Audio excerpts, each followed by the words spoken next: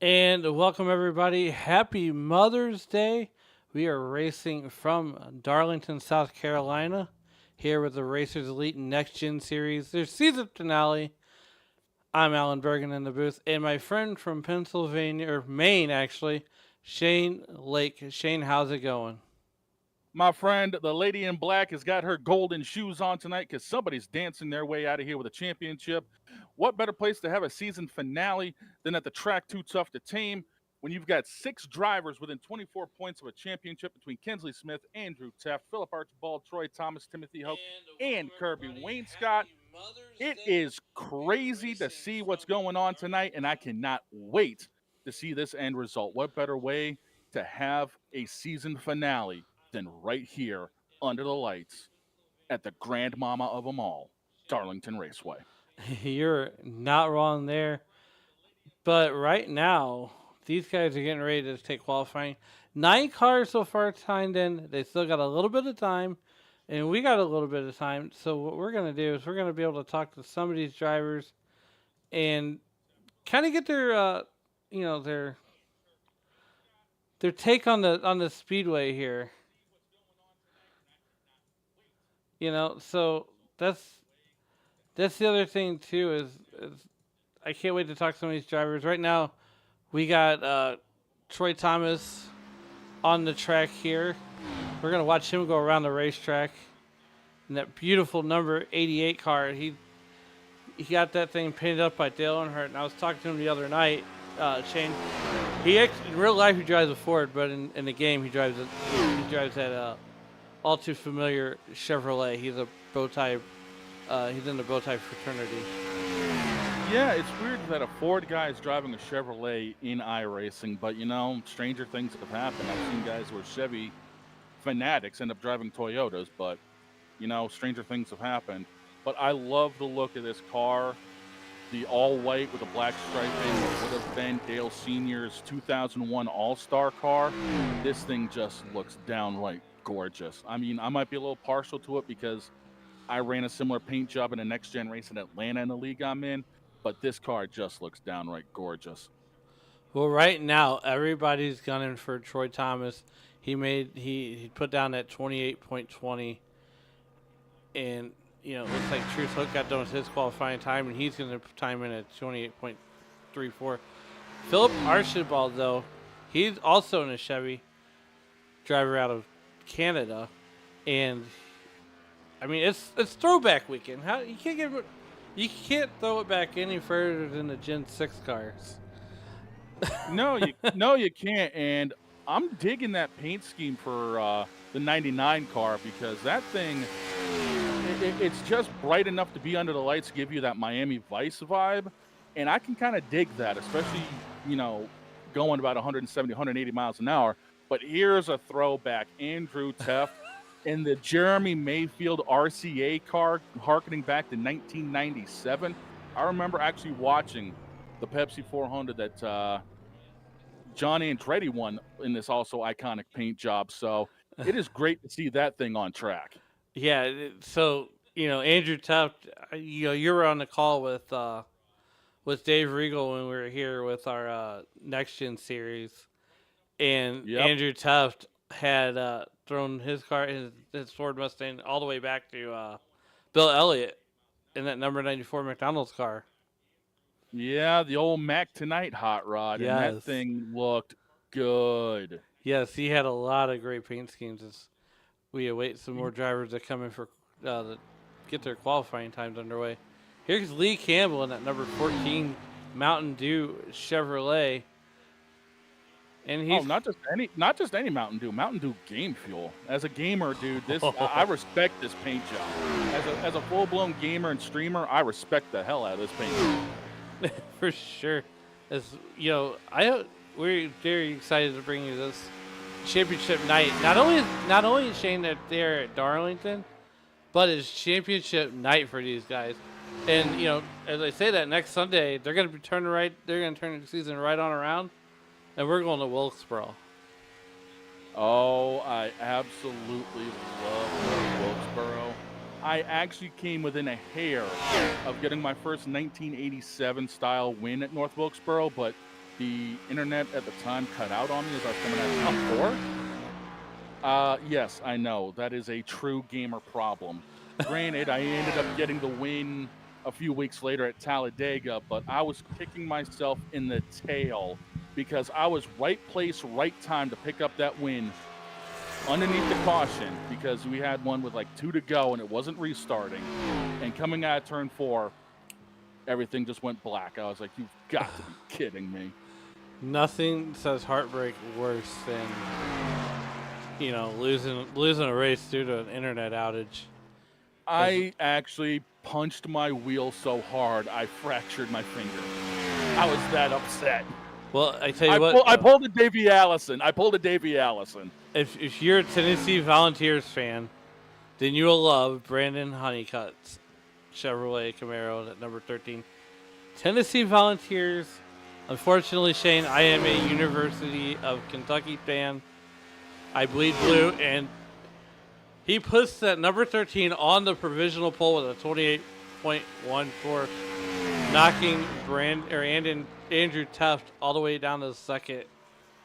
Oh, my word. You know this paint job reminds me a lot of what Sterling Marlin drove when the Busch Series was running Nashville, the old Fairground Speedway. Yes. And Sterling made a couple appearances in the Busch Series in 98 and 99. And this was the paint job that I think he ended up driving. So I get a lot of old Sterling Marlin vibes from this car. And that's the thing is, I think, Brandon Honeycutt, he's a huge Tennessee Volunteers fan. Unfortunately, when it comes to college football, we're going to have to, as SEC rivals, and just like myself and Dave Regal, for baseball season, 162 days out of the year, me and Dave Regal cannot be friends. Dude, I'm a Red Sox fan. I get it. As he loves his beloved Philadelphia Phillies and my St. Louis Cardinals, who, yeah, let's just say that right now it's not looking so good, and we're already May 12th. Dude, I'm a Red Sox fan. Look at our record. Look at how stacked the AL East is. Do I need to say anything? Well, I mean, to be fair though, the NL Central is the weakest division in MLB. You guys are the NFC East of Major League Baseball. But yet my beloved St. Louis Cardinals are yet the bottom dwellers. Yeah, don't feel bad. I'm in the basement with you, so I got the chips and dip over here if you want to join us. And we're not looking for a pity party by any means. No, it's self-deprecating humor because we've put up with this crap too long. It's funny that you say that because I quoted to my wonderful wife and dear, she is my one and only, the love of my life. Happy Mother's Day to her, if I haven't said already. I quoted to her a line off of Major League whenever they won their first game. I said, well, if they win 2, that's a winning streak. Oh, dude, that reminds me of a friend of mine who worked the local wrestling circuit here as a referee. And anytime I'd go to a local show and I knew he was refereeing, he and I would always go quoting Major League back and forth, even during the match. And we actually gave each other the nicknames of a couple of the players on there. He was just Joe Boo. Quite literally, this dude was literally Joe Boo. And I was always Ricky Vaughn. I was always Wild Thing. And we would just go back and forth, even during the match. And it was funny as all get out, just trading lines and trying to crack the other one up. As Shane goes to his wrestling days, I'm going to bring up the weather and stuff. It is a cool 71 degrees Fahrenheit here in Darlington, South Carolina. 94. It's a humid one, Shane. 94% relative humidity. We're under a partly cloudy sky, and we got a 10-mile-an-hour wind. Now, that could either be a headwind or a tailwind. I honestly think if it's a tailwind, you're going to see a lot of guys flying into turn 3 a lot quicker than what they're expecting, as we have got everybody ready to grid. Well, as we say that, 9 cars, 100 laps. We got a championship battle on our hands. Andrew Tuff could walk out of here the champion, if I'm not mistaken. Correct me if I'm wrong, but he could walk out of here the champion.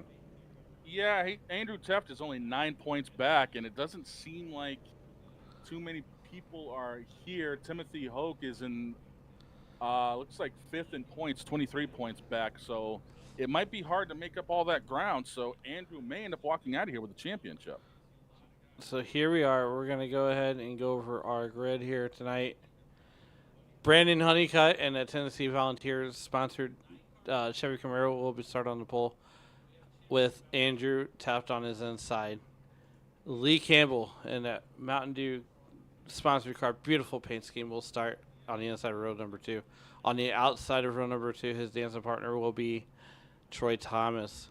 Truth Hoke in that number 59 car will start on the inside of row number 3. On the outside of row number 3 will be Philip Archambault will start on the outside of row number 3. On the inside of row number 4 will be Trevor Woodward, and starting to his outside will be Kirby Wayne Scott in that beautifully painted number 10 car. Wow. That's giving me some Jeff Green vibes. That's giving me legit 2000 Jeff Green I know. vibes. And Matthew Jarrett bringing back the UPS car. I wonder if there's any relation to DJ bringing that car out. Matthew Jarrett bringing back the UPS car. What can Brown do for you? And not just any UPS car. That is the revamped logo from middle of 2003 forward. So that's an iconic logo for that car. So that's awesome to see that out here tonight. Well, Shane, they're coming around turns 3 and 4, so it's on you. Oh, it ain't on me, buddy. It's on Brandon Honeycutt and Andrew Teft on the top of the field as the pace car has made that hard left-hand turn. The lady in black is ready to dance with somebody tonight. Who's going to be the dancing partner walking out of here with a championship? We're about to find out as we go green from the track Too Tough to Tame, Darlington Raceway. That's a beautiful way to say that. Brandon Honeycutt takes the field off in the turn number 1 and 2. Here comes Andrew Teft, though. Oh, to the out, looking high and low as these guys come down the back straightaway.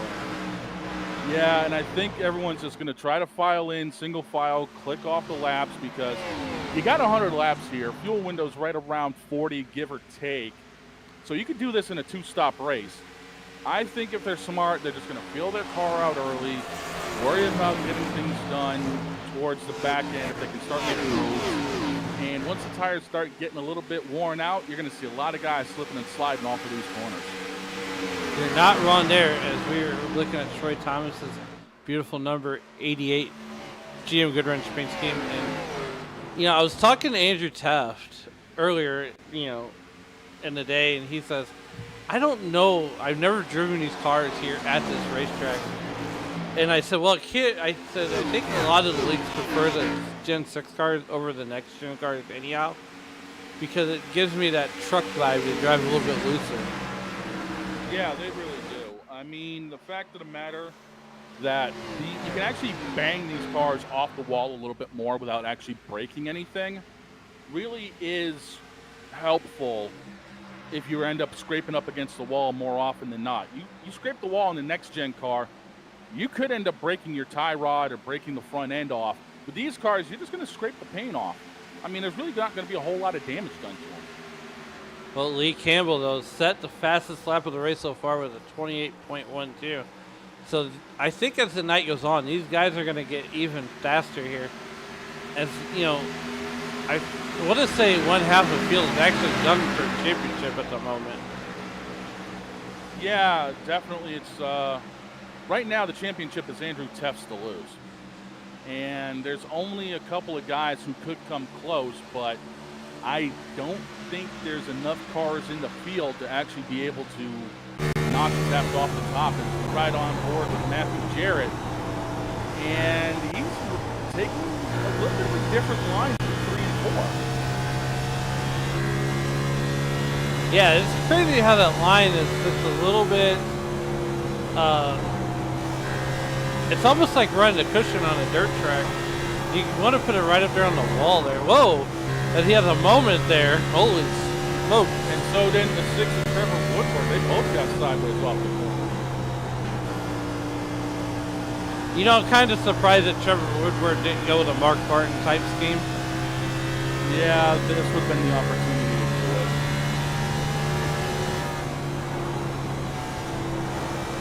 Now, the interesting thing these guys are doing, and this is, I noticed this with the cup race that just finished up not too long ago by the Whoa, hello. There's a wall as there. he slaps the wall coming off of 2.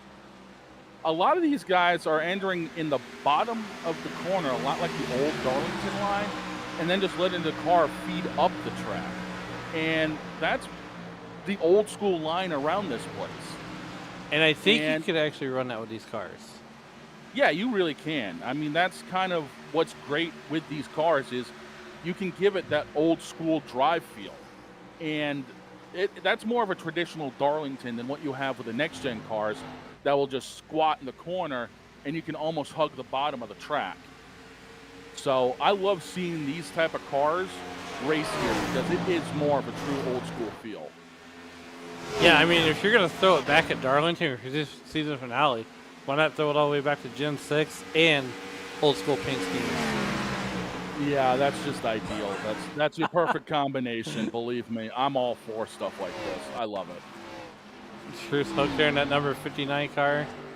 I'm not sure what you throw it back to, but hey, whatever floats your boat, whatever is your flavor of the month. We got about 90 laps to go here in Darlington, South Carolina. As Troy Thomas is closing in on his Outsiders teammate there, trying to make some hay and get to the front. If Truth was going to throw it back, he would have to go back to the old Busch Series days with the Kingston 59, Stacy Compton, Robert Presley, Jimmy Johnson's first Busch Series starts. That would have been the time. This would have been the race to throw it back to. Well, yes, I'm vast of useless knowledge when it comes to paint schemes. I love it though because there's just something about throwback. I like the way that NASCAR takes care of the years past of the sports. Yeah, and Dave and I were talking about this when we were doing the next gen race for these guys. NASCAR protects its own history, and that's what's amazing. Is so many teams. Now this year we didn't have as many teams as normal as Philip Archibald comes down pit road. I think he smacked the wall and knocked something loose. Like you said, he got a Darlington striping a little bit more. Yeah, but as I was saying, here comes Trevor Woodward. He's gonna come down pit road too. Yeah, I think he knocked something loose too after that second shot because he definitely drilled the wall coming off. But no, with NASCAR protecting itself in its history, throwback weekend, even though we didn't see that many specialty paint jobs this weekend throwing it back, it was more spread out than usual. You had a lot more Xfinity cars. Now, granted, Haley Deegan's going to catch a lot of flack for throwing it back to Dale Earnhardt, but a lot of people don't remember Dale Earnhardt driving a Bud Moore Ford in 1982 and 1983. Yeah, not a lot of people know that. There's a shocker for everybody. Dale Earnhardt in a Ford? What? Congratulations. You guys just learned something today on Sim Racing Media. You're welcome. Well, Shane, we are here to entertain and inform. We'd like to thank everybody in the YouTube live for making us a part of your evening. Make sure you hit those bell notifications, like and subscribe, and you'll be notified every time that Sim Racing Media comes on the air. Yeah, make sure you guys check out all the rest of the great broadcasts we have because we've got some exciting stuff coming up, including a Coca-Cola 600, and we might have a few other specialty races down the road for you guys to enjoy as well. Oh, for sure. But as I was saying for the truck, as I was saying for the paint schemes, we saw even more trucks this year doing some throwback stuff, and that's amazing to see the lower divisions getting involved with throwback weekend more and more. Well, I mean, you could almost say that North Wilkesboro is even going to be a sort of a throwback weekend too. Yeah, definitely. I mean, it's hosting the All-Star race. It's got the Truck Series coming up, and the thing is, they've repaved the place. So speeds are going to be up about 2.5 seconds over last year. And from what I'm understanding, we are throwing it back to a rule package that they had back in 2017, if I remember correctly, with alternate tires. Nice. So we could see guys running different combinations of tires, and we could see a lot more strategy. And if that's the case, God help us all if they implement that in actual point series event. Well, hey, as you say that, you know, it's funny you mentioned the All-Star races on Racers Elite, or actually on the 60 Strong SNN Cup Series. Next week we are going to North Wilkesboro, and that series is going to have their All-Star races. Trevor Woodward had a moment. Let's see what's happened there. Looks like he's just grinding the whole right side of that car off.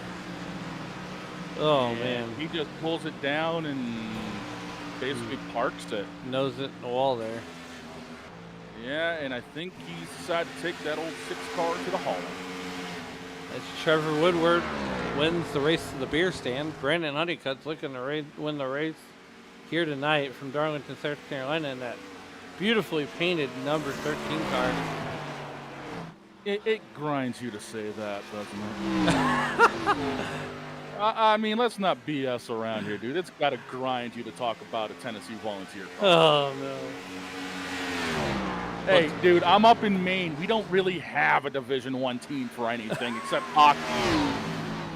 And we got lucky we got into the women's college tournament at 15 seed, even though we got bounced opening round. I mean, so come on, I think you're close enough to be a Sabres fan and not an I'm a Bruins fan. Screw the Sabres. Shane talks about all things Boston. Oh yeah, you guys see me on Snowman in the Morning every weekday on Snowman Multimedia on YouTube. Good stuff. There's a shameless plug, D-Generation X style. The only difference is because Sim Racing Media is not going to come to the front doors of Snowman Multimedia in a tank. No, we just might see a Jeep with a howitzer on the front end of it. With Triple H on there. Nonetheless. Oh, we're going to be in for a fun night, folks. Hey, that was the days back in the WWE. That was the days, man. The rivalry, the invasion, all of it. Nothing will ever surpass the Monday Night Wars. No, nothing. Absolutely nothing. I mean, come on. They had Kyle Petty driving an NWO Busch Series car. That was awesome. Yeah, I mean, a lot of people don't realize WCW and WWE had race cars for the longest time. I mean, WCW had their own car with Steve Grissom in the Busch Series and then in the Cup Series on the 29. And then they moved over to the 9 car of Jerry Nadeau in the 99 season when he was driving for Melling Racing. And then they showed up on Wally Dallenbach's car in 2000. And then kind of everything faded off a little bit. But once OTC 360 came on board for Bill Davis Racing, as we see Andrew Tefta on pit road, he must have knocked something loose. Well, I think he might be coming down to get his first pit stop of the night, so I think it's going to be a 3-stop race. Yeah, it wouldn't surprise me any. So, some of these guys may try to save and get to as close to lap 50 as they can. Yeah, I mean, that would be the smart play, just kind of make it on 1 stop, but you're going to see, again, some strategy may play out to be 2-stop or even 3-stop. Well, right now, Philip Archibald, as it stands, he's 2 laps down. He's trying to make laps, that number 99 car, and, Daniel Suarez's 99 car with the Quaker State colors on there. I would have liked to have seen that one go all the way back to Jeff Burton, but who am I? Well, I think it was more apropos for it to go back to Adrian Fernandez because of the Spanish tie-in. And Adrian had the Quaker State on there. Now, if the 99 was driven in Roush Fenway Keselowski Racing, we could have seen it thrown back to Jeff Burton, but I don't think they could have got the rights through Oh. Exide or whatever. So I think it was just more of a safe bet as we see the 59 coming on pit road. And that's the one thing about Darlington people don't seem to realize. It has such a tricky entrance to get onto pit road because it's midway through 3 and 4. Truth Hoke going to go ahead and take his pit services here, and that Brandon Honeycutt, well, he has decided he's going to. Kinsley Smith has taken the night off, so he's decided, you know what, I'm going to be Kinsley Smith tonight. I'm just going to run away from the field. So right now he's got a 5-second gap over Lee Campbell there in the 14 car. Yeah, Honeycutt must have raided Kinsley's garage and took his best chassis for this race. 'Cause holy cow, he is gone. I'm here all night, folks. Tip your waitress, try the veal. Oh, man. Well, I tell you what, you know, since we're talking about throwback themes, I got to mention this. Shout out to Devin Moran last night, picking up the win at Fairbury for the Lucas Oil Dirt Late Model Series. What a win, dude. I tell you what, down here in the Midwest, Shade, it is a hotbed, and I mean a hotbed for dirt late model racing and dirt racing. I'm centrally located here in beautiful St. Louis, Missouri. I tell you what, I could drive 4 hours in any direction and go find me a dirt track. Oh, dude, here in Maine, we got the paved ovals. You go about 2 hours south of me, you hit Wiscasset Speedway. You go probably about an hour north of me, you end up hitting Speedway 95. 20 minutes away from me is Unity Speedway. And I think about an hour and a half away from me is the track that a lot of people seem to dread on iRacing, Oxford Plains Speedway. Oxford Plains. And I tell you what, though, too, you're pretty much in the heart of asphalt racing. You know, it's a mecca. I think there's some dirt tracks up there. I think Oswego would be the one that's closest to you as far as dirt goes. Oswego's still paved. I think we have a dirt track up north, Spud Speedway, but it's like a little third mile. Everything else, like Star Speedway, USA Speedway, stuff like that is paved. Dirt-wise, I think we'd have to go into Vermont to get a dirt track. Well, I mean, they do put dirt on Oswego for the 200 lapper, so. Yeah, and I actually think they converted Unity over to a dirt track, but I think they're looking to repave it wrong. So Unity might be still a dirt track to this day. I have to actually go up there, but it's been a long time since I've strolled down pit road up there. And I tell you what, we're hoping that they release Oswego pretty soon, or they at least, I think it's been at least scanned. But yeah, it has been scanned. I think they're getting ready to release it either probably in the summer update. They're probably more towards fall. But I think the big thing that everyone's looking forward to are those new Gen 4 cars getting ready to pop out. The 03 Monte Carlo and the 03 Taurus. Oh my. They are taking it really back. And, you know, I'm surprised that no one's really done an ARCA series with the Gen 6 cars, because the Gen 6 cars essentially became ARCA cars. Yeah, I think there's a bit of a difference motor package and probably the front valence because of how long their splitters are. But it would be doable to convert it over. And speaking of the ARCA cars, how about the fact that somebody in the Nashville ARCA race this weekend threw it back to not just any Darrell Waltrip paint job, but the chrome DW paint job. Under the lights, a chrome ARCA car. How insane is that? You know, I was kind of hoping that, you know, the Darlington would be a night race again for the throwback weekend, and someone would get brave enough to do the old Jeff Gordon schemes where they changed color at night when DuPont came out. The chrome illusion cars. Yes.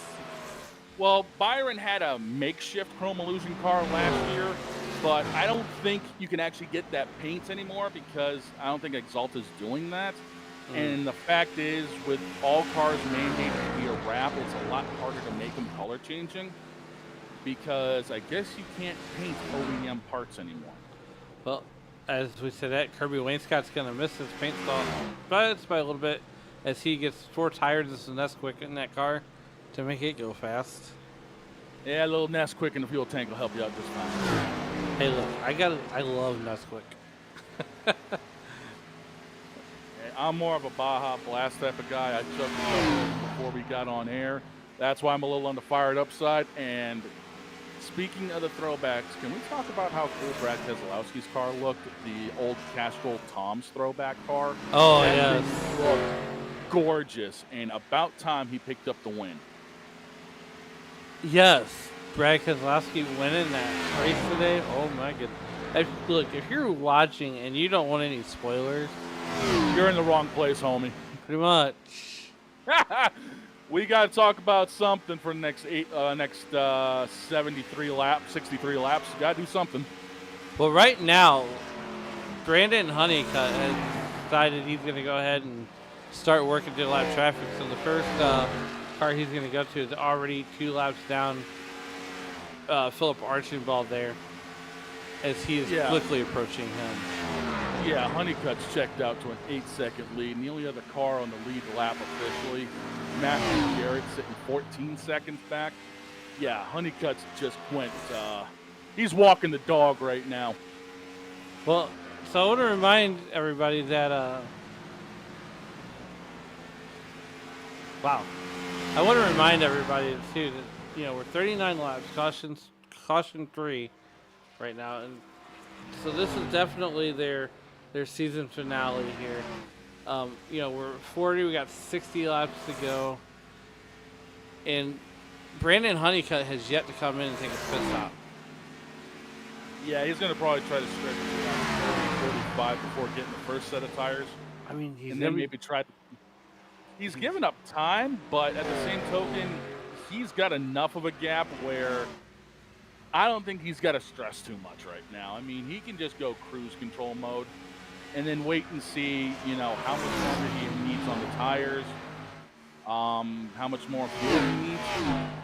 And right now, as hard as he's running, he could probably go to lap 45 and not have a stress. Yeah, you're not wrong there. I mean, you could try to stretch it out even further than lap 45, but I think lap 45 is probably going to be the max. Yeah, I mean, if you try to go to lap 50, because on a fuel tank, these cars can go 50, 55 laps, but the tires are going to be screaming at you by the time it's over.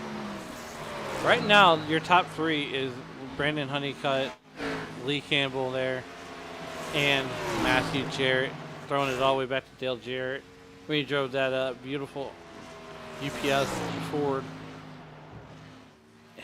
Well, at least they're not racing the truck. But people love the truck. We want to race the truck. Love the truck. Oh, we're full of it tonight. Hey, look, we're having fun, right? Yeah, that's all that matters. That's all that matters. And that's a testament to the fact that, this would. So your first race with these guys was with Jonathan Leach, the Chief Cook and Bottle Washer here at the Sim Racing Media, and that thing went flag to flag. Yeah, well, technically first race was the special event over at Talladega. But points-wise, I've been here for a few of them. We did the Truck Series race at Vegas that went flag to flag, and that was insane. That's what this league does, though. Oh, yeah, and it's great to see competition like this. It just means we have to be able to step up more and try to be like, okay, normally cautions, everyone's able to settle down and have a break. You go flag to flag, everyone's up on the wheel, including those of us up in the booth, because we got to be able to be like, okay, what else is going on? How can we keep this going as Andrew Tepp decides to knock the wall down? Andrew, you can't knock it down. I've tried it. So haven't I. I tried to put my Papa John Silverado in the fence a few times in a truck race earlier this week. It didn't work out well. I basically ripped the foam out of the right side as Brandon Honeycutt takes his pit stop on lap 45. Finally.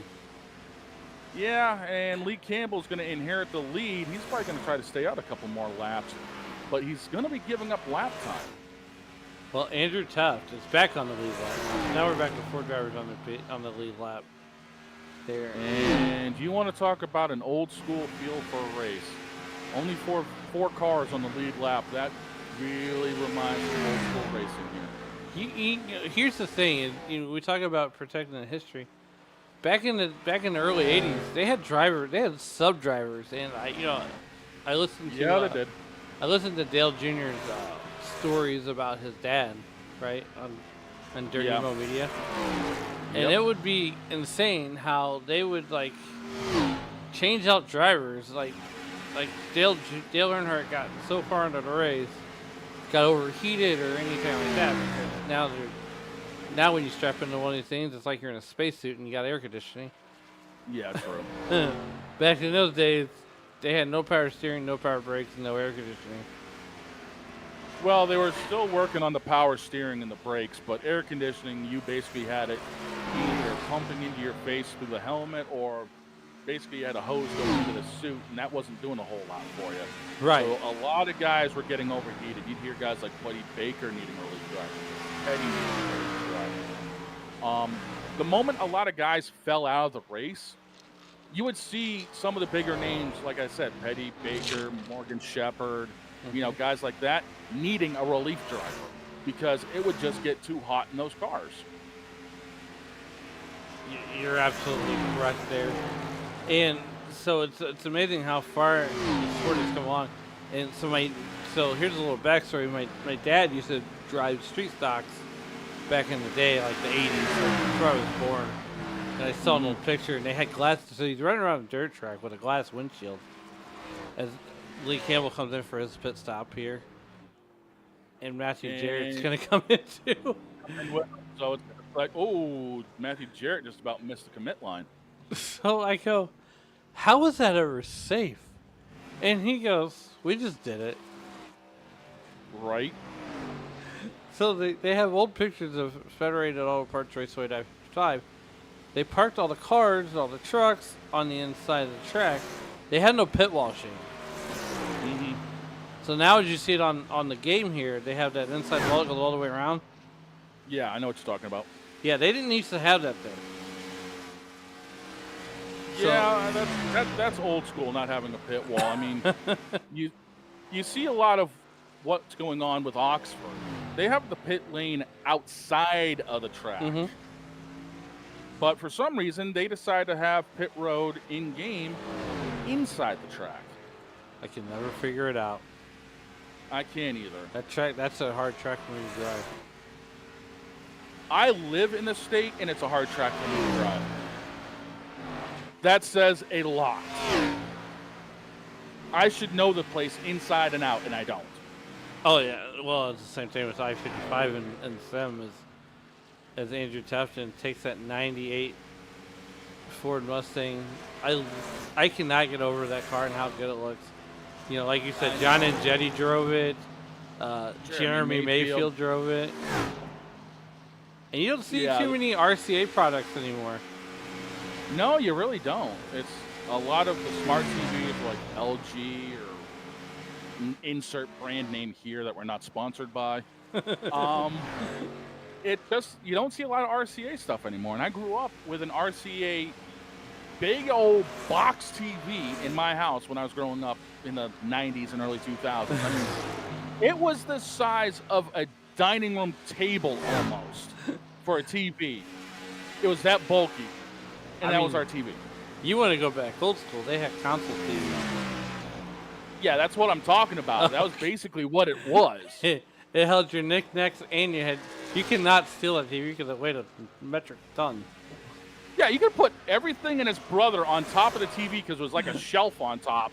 And then you have the TV on the bottom underneath everything. Pretty much. You didn't need a TV stand. That thing weighed enough. You didn't need a doggone TV stand. Matthew Jarrett coming in for his 4 tires and gas here on lap number 50. He was in earlier. I think this is a penalty because he didn't enter pit road correctly. Oh, okay. Well, you got to do things the right way. Yeah, I noticed when he came in, he was almost on the outside of that pit box, and I think he might have missed the commit line.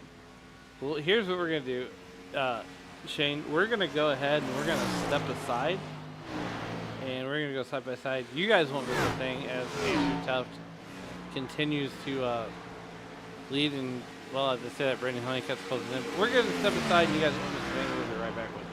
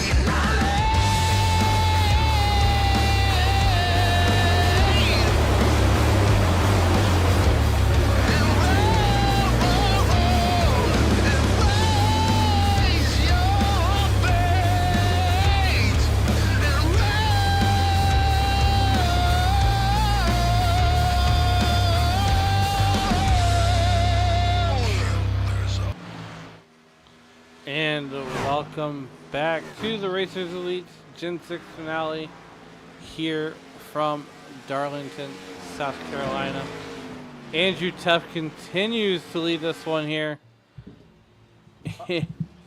Actually, Honeycutt made the pass about 6 laps ago as Tuft is coming down pit road. Oh, he overshoots it and misses completely.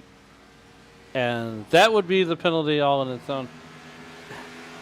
Yeah, that's going to cost him a lot of ground. I mean, Honeycutt had a 5-second lead to begin with. Now it's basically triple. Wow. As Brandon Honeycutt just doubled down and walked away from the field. I try to figure out what race I watch. Now, I've been keeping tabs on this, and Honeycutt made the pass about 5-6 laps ago and has been walking that dog ever since. As we got 38 laps left in this one. Yeah, and he's with Lee Campbell taking over second and Troy Thomas third as Tuft finally made it down pit road. The lead is now nearly 21 seconds. Holy smokes. We are talking 3/4 of a lap here. We are going to go ahead and let's see here. We're going to go take a look at this pass for the lead here.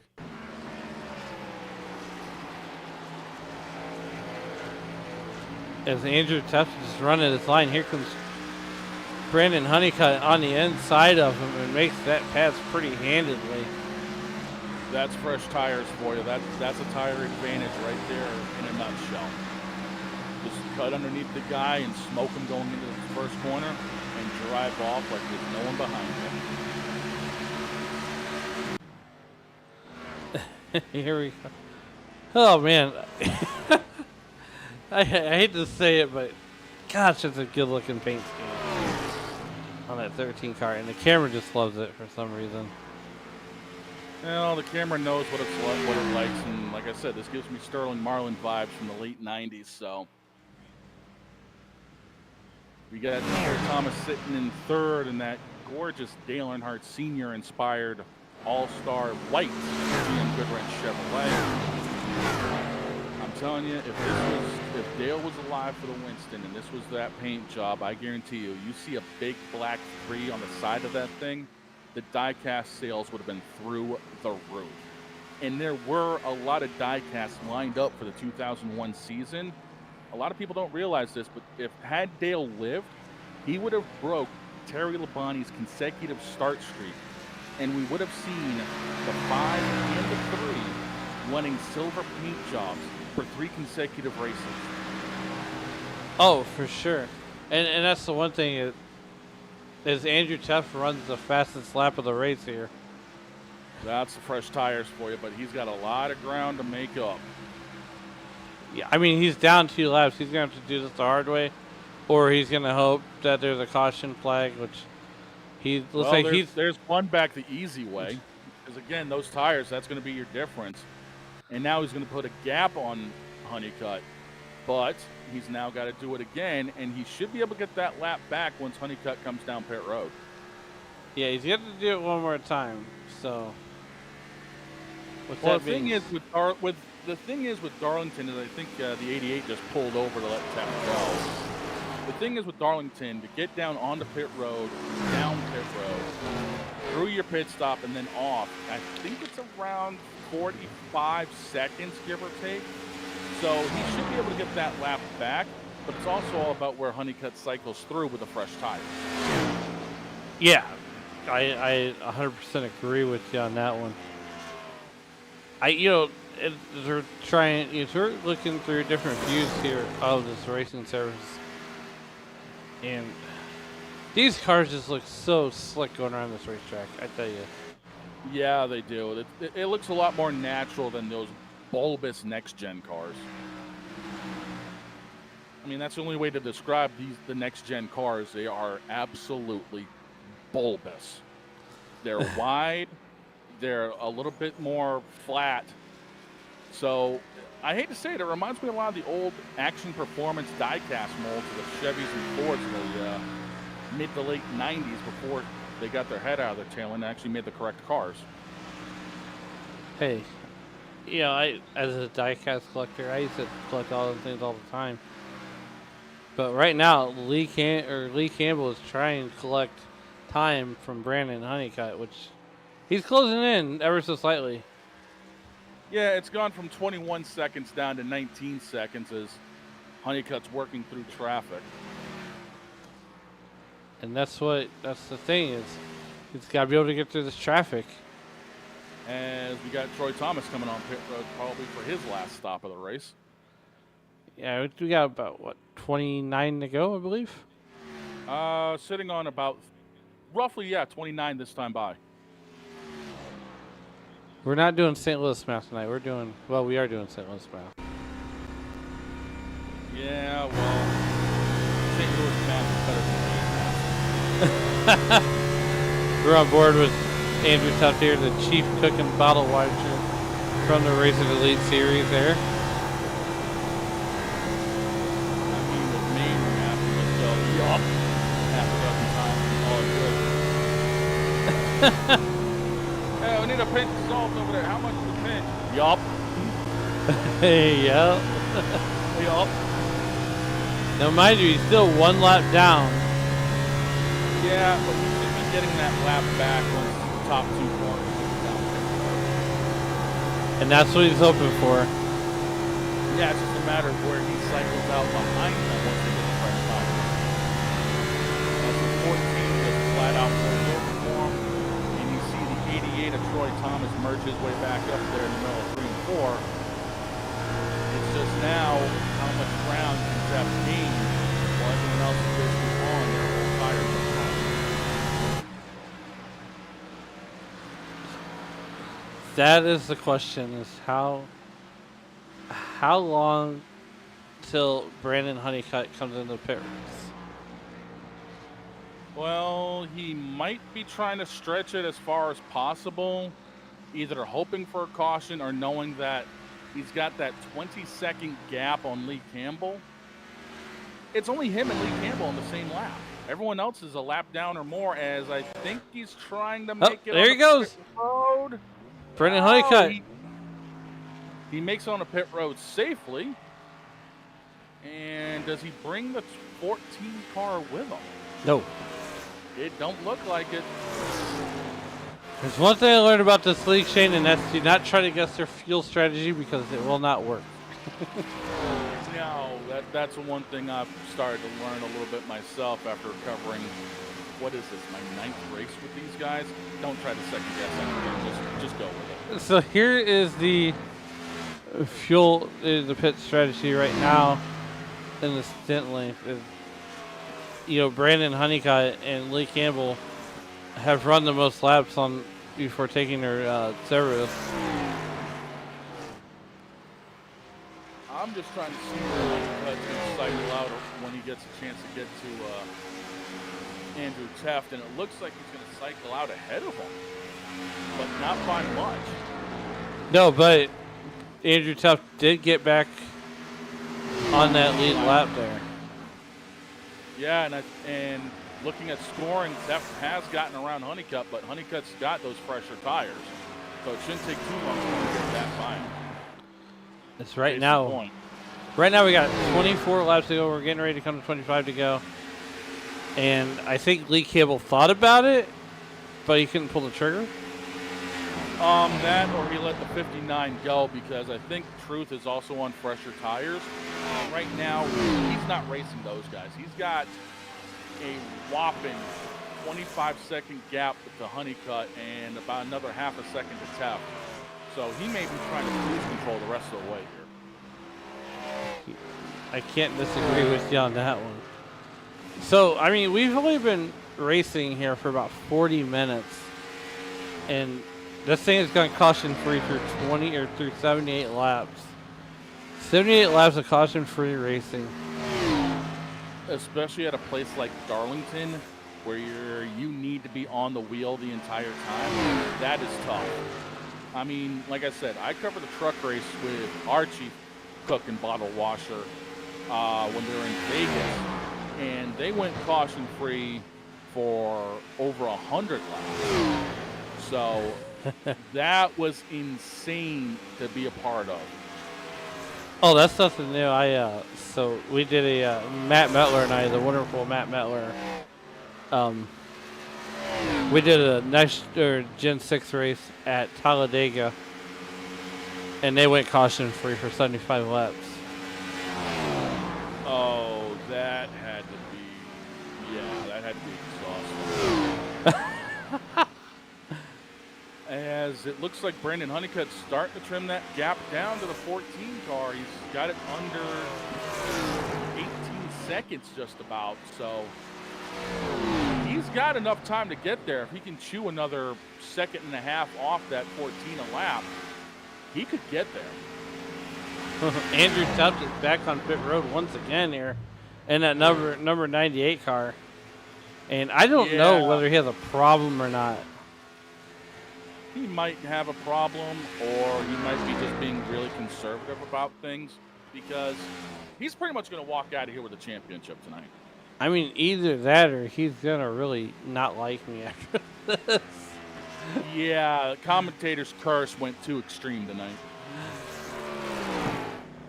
But I'll tell you right now, I'm watching that battle with Campbell and Honeycutt, and it's gone from 3/4 of a lap down to about a half a lap.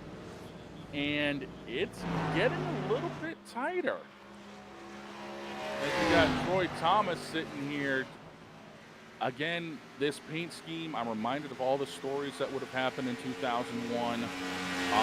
As I said earlier, Terry Labonte and Dale Earnhardt would have had silver cars for 3 straight races to commemorate the Ironman streak that Earnhardt was going to be on. And if I remember correctly, the race Dale Earnhardt would have broken Terry's streak at would have been Talladega. So a special edition Silver 3 at Talladega would have been gorgeous. That would have been awesome. I guarantee you it would have been something vastly different from that 1995 All-Star car, the Silver Select car. But it would have had such a unique take that I could almost see it being like a reverse paint job. Like primary silver with the black stripe on the bottom with like black and red numbers and lettering. That would have been amazing. 17 laps to go here from Darlington, South Carolina. Lee Campbell is your race leader right now. Brandon Honeycutt solidly in second position. And he has trimmed that gap down to under 10 seconds. He's getting there. He's coming. It's just a matter of if he's got enough laps left to do this.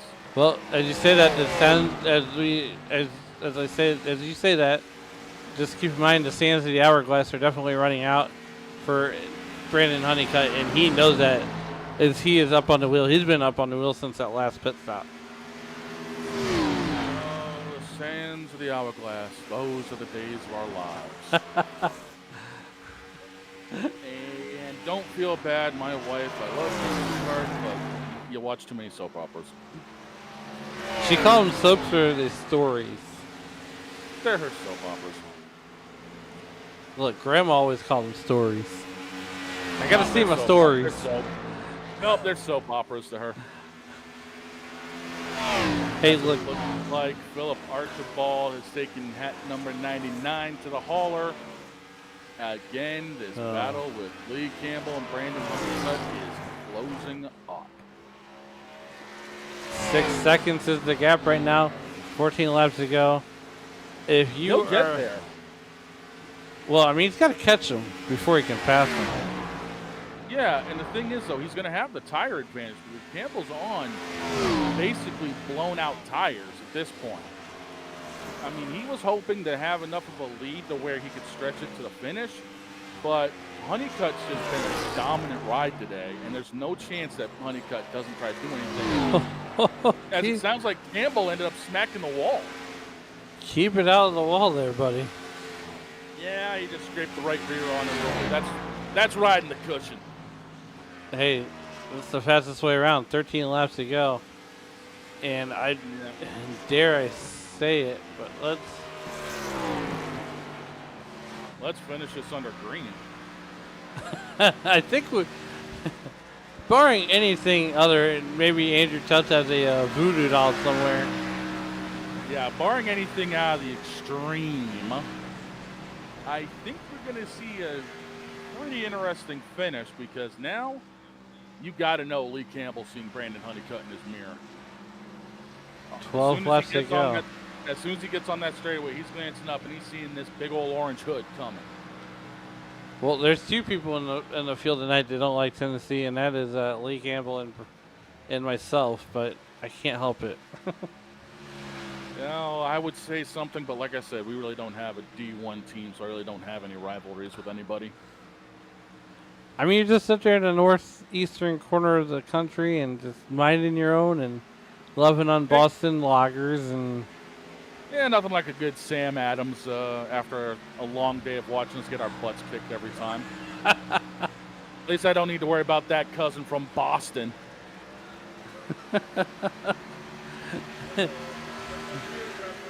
I'm telling you right now, I'm going to end up mailing Dave Regal a 12-pack of Busch.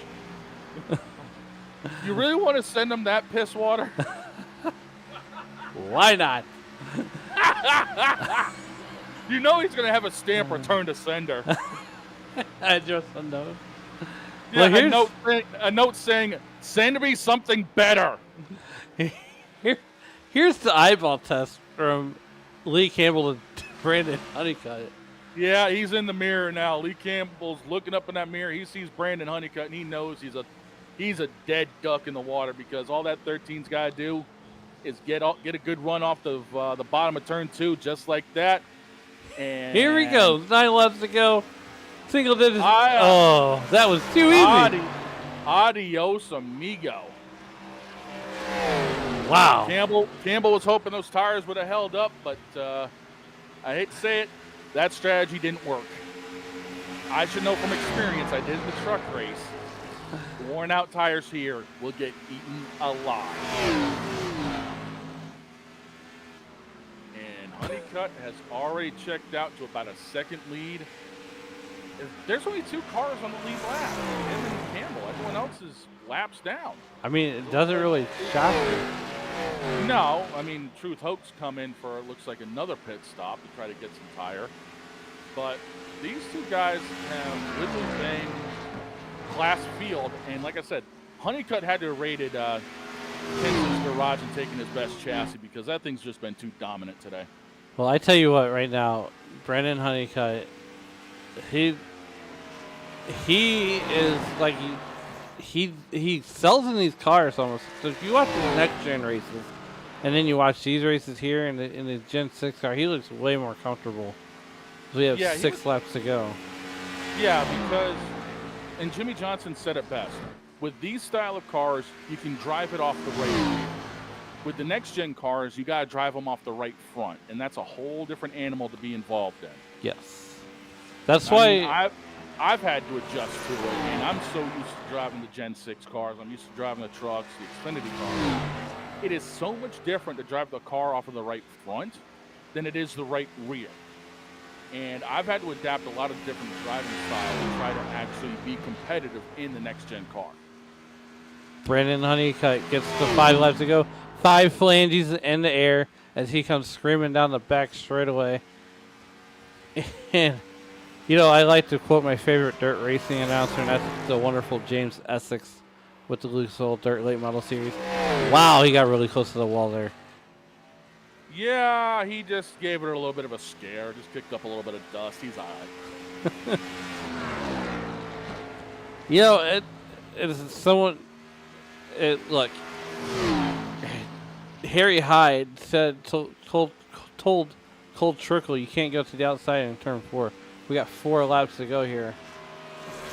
Darlington. Yeah, he said that for the longest time, and then once they put that special set of tires on there, you can go to the outside of turn 4, Cole. It will hold. Well, you know what else is holding right now is we got ready to go. That's Brandon Honeycutt's lead from Lee Campbell. I'll tell you the other interesting thing with Days of Thunder. A lot of people don't know this, but the role of Rowdy Burns was actually written for Dale Earnhardt. Yes. So a lot of people don't know that story was based off the Dale Earnhardt-Jeff Bodine rivalry. Yeah, Dale Earnhardt, Jeff Bodine, as the 13 hits the fence again and gets squirrely. Earnhardt, Bodine, and Tim Richmond all kind of lumped into one. Popsicle sticks in the air for Brandon Honeycutt. He's got about 3 miles left to go here. And he's got about a 6-second gap back to Lee Campbell. He could just cruise from here. I mean, don't really even need to push it. As I see Barney the flag man getting ready as I'm staring out of the booth. That white flag is in his hand, and he's starting to whip furiously. Brandon Honeycutt gets the 1 to go. White flag, 1 lap to go here for Brandon Honeycutt in the Racers Elite Series. I got to tell you this, though. This has been a whale of a race here. It has. It's been a while since I've seen a car this dominant at Darlington, no matter what it's been. But as Honeycutt comes out of turn 4, Barney the flagman's got that checkered waving. Brandon Honeycutt is going to win the dance at Darlington. Love it. Lee Campbell's going to finish 2nd. Troy Thomas will bring it home 3rd. And if I'm correct, Brandon Honeycutt won the battle, but Andrew Tuff did win the war. I do believe you are correct because there wasn't enough of a gap between anybody to try to do points damage. I believe Teff does end up winning the war. Well, with that being said, as teammates up on the up there celebrating on the back straightaway, we're gonna go and get ready to bring our drivers up here to the booth.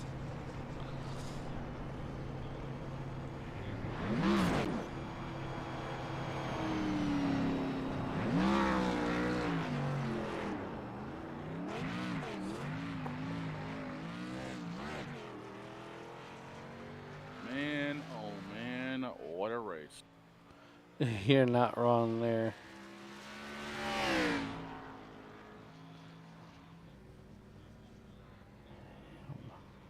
Oh, he's trying to give it the old spin job. Oh, he Denny Hamlin'd it. No. He scuffed up the right rear on the fence. Yeah, he scuffed up the right rear on the inside wall, but as he burns it down here at Darlington. Well, unfortunately, I don't see.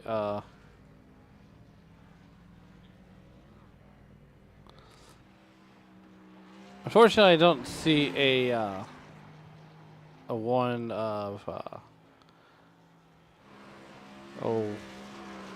Brandon Honeycutt. So we're gonna go ahead and start our interview portion here, and we will go ahead and start with Troy Thomas.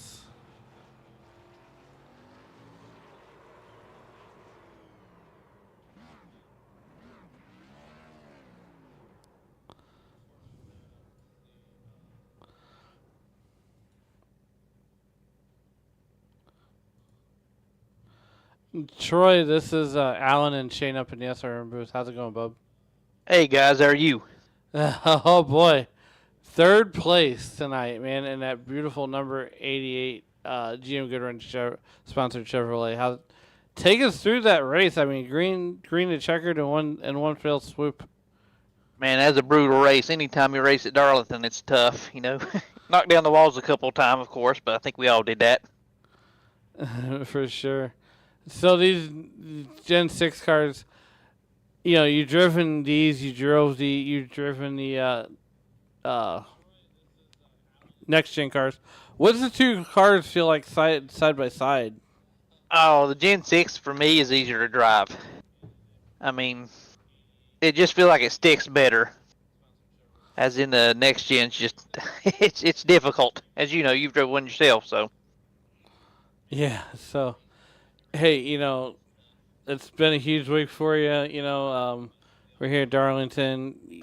Next week, you know, we start a brand new season with the Gen 6 cars at North Wilkesboro. Are you ready to go short track racing to start out the season? I am a home track, so I'm looking forward to it. Well, hey, man, we're gonna go ahead and who would you like to thank for tonight, and as they help you get you here tonight? Oh, my team, because we worked together pretty good during practice of each other's setup, and you guys for actually putting on the race. So, and my wife for letting me do it, of course. Yeah, for sure. And you know, we talked the other night about that, and you know, hey, look, these guys are the unsung heroes. You know, our spouses and significant others. Oh yeah, and Andrew for putting the show on. Thank you a lot, Andrew. Yes. Well, Troy, we're gonna get you out of here. We'll see you next week. You know, with the truck series and all that. With that being said, have a great night and have a good rest of your weekend. And we'll see you in the truck series on Tuesday night. See you guys. Thank you so much. Yep, that's Troy Thomas, your third place finisher. And we are going to go ahead and bring up Lee Campbell for you, Mr. Shane.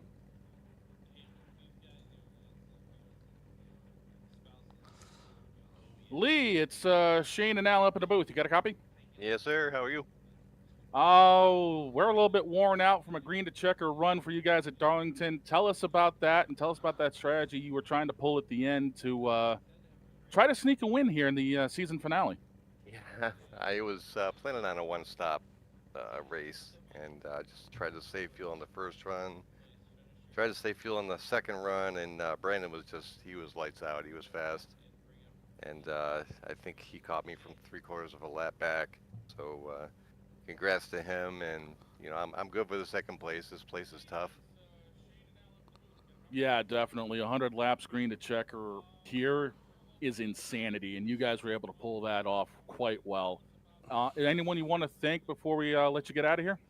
Just thank you guys for broadcasting. I appreciate everything that you guys do. Thanks to Andrew for running the awesome league. My teammates at Full Send Esports, and that's about it. Hey, we appreciate you guys putting this party on. We will see you next week, and especially for the new season of the Gen 6 cars at North Wilkesboro. Yes, sir. Thank you. All right, that was your second place finisher of Lee Campbell there.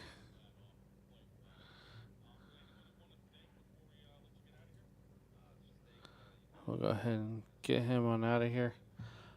Well, Shane, Brandon Honeycutt is not available to take an interview, but as he normally does, he likes to go ahead and get out there and get to the next track. With that being said, we will go through our race results as we get those on screen. Brandon Honeycutt wins the race. Lee Campbell finishes second. Troy Thomas will bring it home third. Kirby Wainscott brings it home fifth. Andrew Tuft, your champion, your overall champion here in the Gen 6, and your chief cook and bottle washer. Truce Hoax brings it home sixth. Matthew Jarrett brings it home seventh. Eighth will be Philip Archibald. And Trevor Woodward wins the unfortunate race to the beer stand. As we get ready to wrap this up, Shane, final thoughts from Darlington Speedway? Man, I am exhausted. 100 laps here, green to checkered, is tough to do in any division. But to see these guys do it was absolutely a thrill to watch. And Brandon Honeycutt just drove away from everybody. So to chase down Lee Campbell from 3/4 of a lap down, that's all tires. And he put it to good use tonight and ended up picking up the win. Congratulations to Andrew Teft on winning the championship. And I can't wait to see what these guys end up doing later on this week. Yeah, I mean, it's a good practice, and these cars are forgiven. But before we get off the air tonight, I would love to say Happy Mother's Day to all the moms out there, and a special thanks to you to our significant others and our spouses for letting us do this on Mother's Day. And a big thank you to Andrew Tuft for, giving us the call tonight, giving us the nod to come and slide into the booth for him. And with that being said, we will see you on the next one. And, oh, by the way, as you watch your life, please do not play in traffic. Good night. Until we meet again, everybody, please do take care.